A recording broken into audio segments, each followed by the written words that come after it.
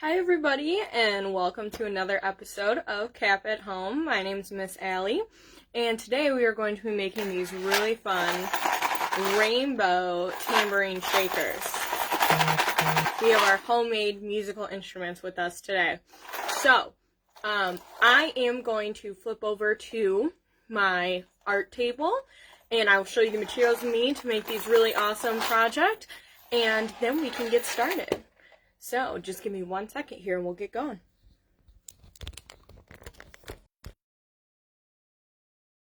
Going to make, like I said, these fabulous tambourine shakers. And we are going to need a handful of materials with us today, but it's actually a fairly easy process. So, right before we get started, I would first like to thank you all for joining me again, and give a shout out to our sponsors at the Community Education Commission of Detroit and General Motors, who allow us to keep offering these free online art tutorials every week. And of course, a shout out, thank you to Gold Detroit and our other sponsors, College for Creative Studies. So, thank you guys for joining me again. Now let's get started in making these awesome tambourine shakers. So we're going to need a couple things with us today. We're going to need some paint. So I actually have already some paint laid out. I have all the colors: red, orange, yellow, green, blue, purple. If you don't have any paint, but you'd like to use, you'd still like to participate in this project, you can also use any markers or coloring materials. We're also going to need a brush and some water, of course, and a paper plate, since this is where we're starting. I always recommend a pencil, paintbrush, some jingle bells, whether they're colored or plain silver. And if you don't have any jingle bells, when we get to that step, I'll show you an alternative way to do that. Also use some paper clips or some craft wire, and a hole punch and a stapler or tape. So, there sounds like a lot of steps, but it's actually not that bad. So, let me show you what we're going to do so we can get started. So, first thing that we're going to do, we need to actually paint our rainbow on our paper plate. So, what I actually like to do is chunk out the plate in layers. So, starting with a small circle in the middle, and then adding a few rings around it. So that way, if we were to break it up, we would get all 6 colors of the rainbow. So we would get red, orange, yellow, green, blue, purple. And if you even wanted to label those letters so you didn't get confused, or you could even do it the other way around. I started with red on my other one, so maybe I'll start with purple in the middle here. So purple, blue, green, yellow, orange, red. You could also do it like that. And then you can get painting. So now I always recommend to have a surface that you can paint on. I have this board that I paint on my art table that I know I can get messy. And I also always have like some sort of rag, so when I'm painting, I know that I have access to wipe off my paintbrush in between colors. So you always start with the middle, so whether you're going to start with red and go one way, or if you're going to start with purple and go the other way, totally up to you. Like I said, I started with red on my other one, so maybe this one I'll start with purple. And you're just going to fill in those circles. So it's okay if your paint overlaps a little bit. So I know between every color we want to make sure that we rinse off our brush and wipe it down so that we are not contaminating the colors. You can also make, if you only have your primary colors, we'll do a little testing of colors. If you only have your primary colors, which are blue, red, and yellow, you can also make your secondary colors purple, green, and orange. So, let's say you only have blue, red, and yellow, and you want to make purple. You'd want to mix red and blue. Sorry, I thought that one should be a little bigger. And I'm using acrylic paint here. And like I said, if you don't have any paint and you'd like to just use markers or crayons or colored pencils, you totally can. And let's say I don't have any green. You could always mix blue and yellow. Blue and yellow make green. And I'm using acrylic paint, so it's a little thicker. Kind of goes on really nicely.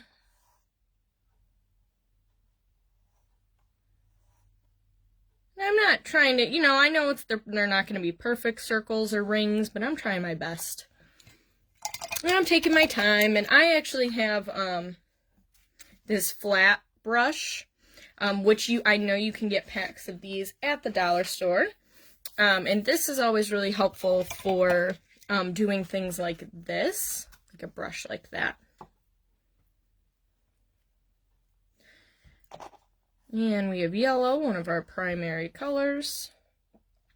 Now, if you used pencil to section out the areas where you're going to be painting, just to give you an idea, you can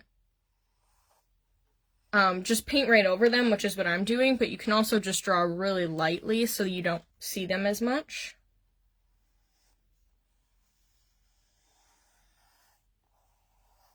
So that's kind of up to you. This is sort of relaxing, taking your time, just painting these circles. Like I said, they don't have to be perfect. I'm actually even getting a little green in the yellow, but that's okay. You can always just wait till it dries and go over it with another coat.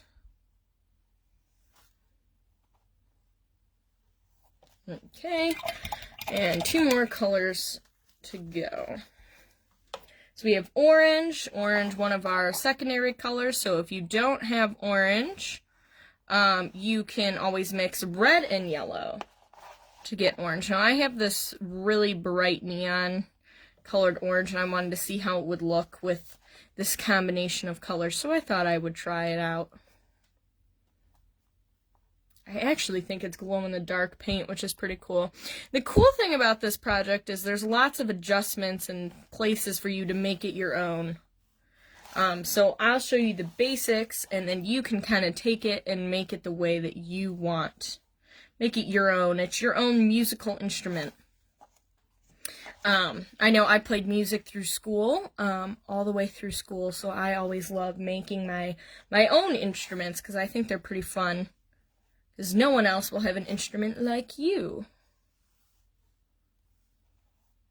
So these are sort of like tambourine shakers. They're sort of in our percussion section, if you ever know anything about musical instruments.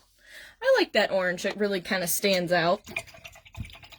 And our last color. So now I made sure that my color kind of goes to the rim here. My last color is going to be red. And I'm going to cover it. So not only am I covering the edge here, a little bit of the edge, but I'm also going to go straight down to the rim. And so I use sort of a medium-sized paper plate. This works the best with paper plates. You can use styrofoam, but it works the best with paper plates because when we go to bend them in half, paper plates will bend in half easier than styrofoam. Styrofoam tends to break in half. And we don't want it to break, we just want it to fold. So if you're really careful, or if you have a really thick styrofoam, then you should be good.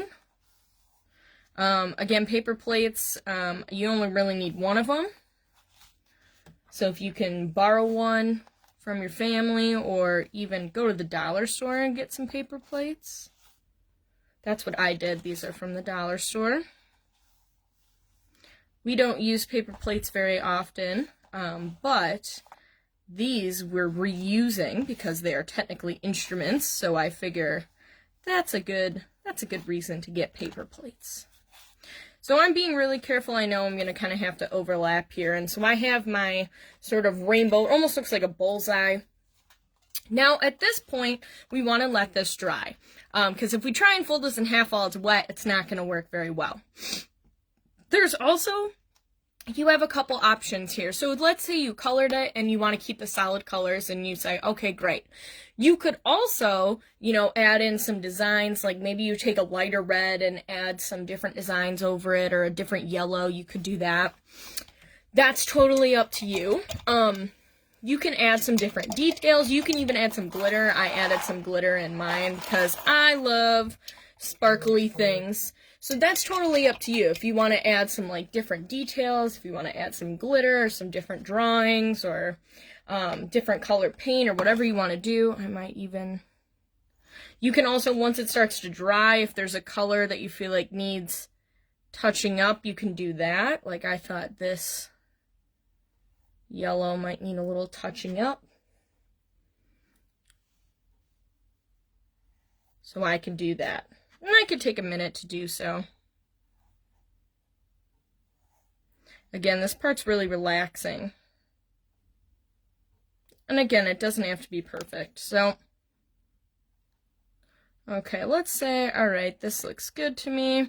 And I'm going to set this aside. Now, to move on to our next step, I actually already have one completely done. So I did it the reverse. I started with red and then went outwards in my rainbow. So red, orange, yellow, green, blue, purple. Sort of like my example here. And I will show you how to finish it up. So remember, you gotta let your plate totally dry, let the paint dry. If you use markers, then you're good to go on to the next step. So what you want to do is fold your plate in half. So I'm going to kind of flip it over. I want to make sure you're painting on the bottom part. So that way when you flip it over, your edges of your plate match up kind of perfectly here. So that way, it's almost like these grooves or these indents sort of kind of create like their own closing, their own case here. So what you want to do is take a stapler or tape or glue, whatever you have, and I'm just going to put a couple staples on the edge here. Now remember, if it's a little tricky for you, you can always ask for help from an adult or an older sibling.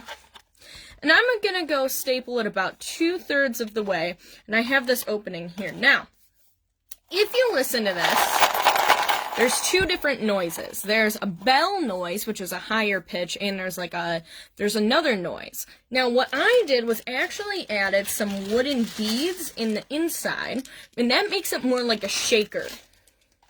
So this, you can decide what you want to do. This is where I said you have options. You can add in some of those wooden beads. You can also use buttons or bottle caps. Any of that will make sort of like an interesting noise.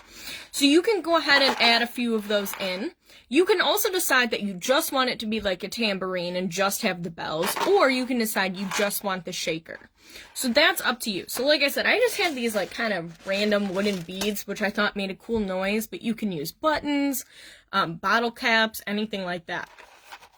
And then once you have them filled in, I just put a handful in, not too many. Then I can go ahead and close it up. Right? So I could be done. If I decided I just wanted it to be a shaker, I could be done. However, then I could also add my bells in. So what you want to do is mark off where you want to add some bells. I added 5 on here. Maybe I'll only add 3 here. I'm going to mark one there, there, and there, sort of like a triangle. And this is where your hole punch comes in handy. So you can just go ahead and hole punch it. If you don't have a hole punch, you can also, the first one might be a little tricky. There you go. If you don't have a hole punch, you can also just use like a thumbtack to press through the paper, or anything sharp really.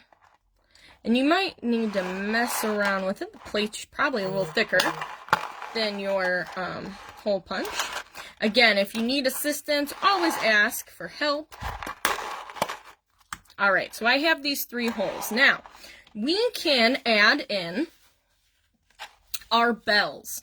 This is the fun part. This is what makes it jingle. So, I have a few different bells. Again, these I just got from the dollar store. I have some of these silver jingle bells, and I found some colored ones, which I thought were pretty cool. Now, I also know that, like, if you ever get anything from the dollar store around Christmas time, they usually have bells on them, so I've, like, also taken bells off jewelry, or like old dollar necklaces, things like that. So anywhere you can find anything that kind of jingles. If you don't have bells, but you want sort of a different sound, you can also take 2 bottle caps, like that come from a glass bottle, and kind of click them together. And that will also make that sort of noise. So when you get to this point, you're going to add your bells in. I actually just take a paper clip, and I undo it. And that's how I get this little piece of wire. And I can take a bell, put it through here, and I can put it through the hole of the paper plate that I made. And I can twist the edges. You can already hear it starting to make some noise.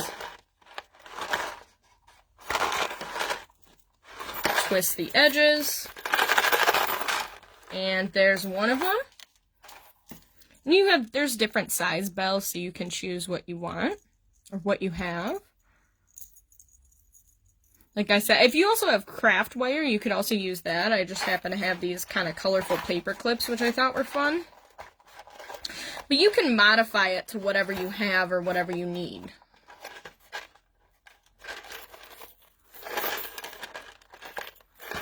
So I'm twisting here. And I might even bend that part down a little. And I have one more. I'll do another silver bell. I like these. See, I kind of got glitter all over me. I am one of those messy artists. Every time I do something, it does kind of make a mess. So make sure you're in a place, in case you get a little messy, that it's okay, and you'll be able to clean it up. Again, like I said, having a board underneath what you're doing is always a good idea. So I have these sort of twisted on here, not super tight. And now I have a rainbow tambourine shaker. So the tambourine part is where we get those bells. The shaker is on the inside, and it makes these really awesome noises. So, really fun, simple way to make your own very colorful musical instrument. So, when you get to this point and you're all done, you want to clean up, make sure you put your paint away, wash out your brushes, dump anything that you need to in the trash, like if you have extra glitter or one of those hole punches from the paper. You want to make sure you put those away, wipe off your table. Once your space looks all nice and clean, then you are ready to become your own one-man band. So, I hope you enjoyed this video today, these rainbow tambourine shakers with me. My name's Miss Allie. Thank you for joining me again this week on Cap at Home and Gold Detroit. If you end up making your own musical instrument, I'd love to see what you made. Feel free to take a photo or even a video of you playing it and send it to us either at the email attached in this video or over Facebook. So thank you for joining us again, Cap at Home Gold Detroit. Check out our videos on Facebook, Instagram, and YouTube, and check out our videos we have tomorrow, Wednesday, and Thursday at 4 p.m. See you next week.